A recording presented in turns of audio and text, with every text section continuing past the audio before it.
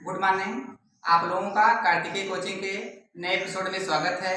आज हम लोग जो टॉपिक अध्ययन करेंगे वह है सामर्थ्य। What is the power. हम लोग सामर्थ्य को इंग्लिश में पावर कहते हैं, शक्ति भी कह सकते हैं।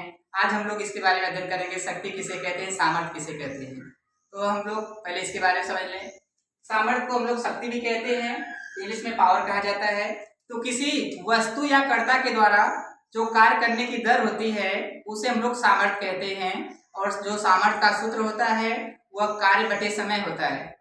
और इंग्लिश में भी हम लोग कर सकते हैं, सामर्थ्य को पावर कहते हैं, P बराबर कार्य को W कहते हैं, वर्क मतलब कार्य, समय को टाइम कहते हैं, बटा T हो गया।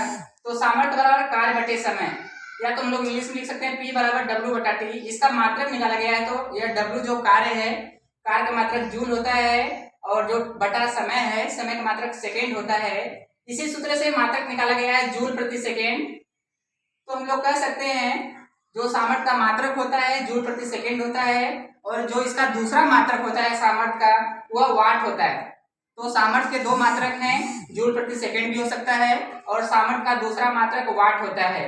अगर आपसे पूछा जाए एक अश्व शक्ति में कितने वाट होते हैं तो आप बताएंगे एक अश्व शक्ति में 746 वाट होते हैं। 1 किलोवाट में कितने वाट होते हैं, 1 किलोवाट में 1000 वाट होते हैं। आइए पुनः देखें सामर्थ्य किसे कहते हैं। सामर्थ्य किसी वस्तु के कार्य करने की दर को उस वस्तु की सामर्थ्य कहते हैं।